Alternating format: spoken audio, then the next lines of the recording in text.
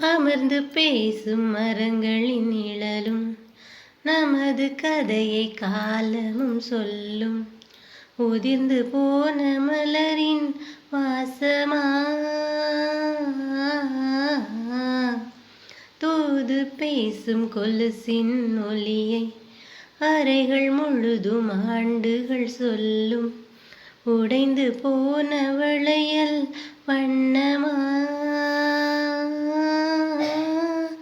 உள்ளங்கையில் வெப்பம் சேர்க்கும் வீரர்கள் இங்கு இல்லை.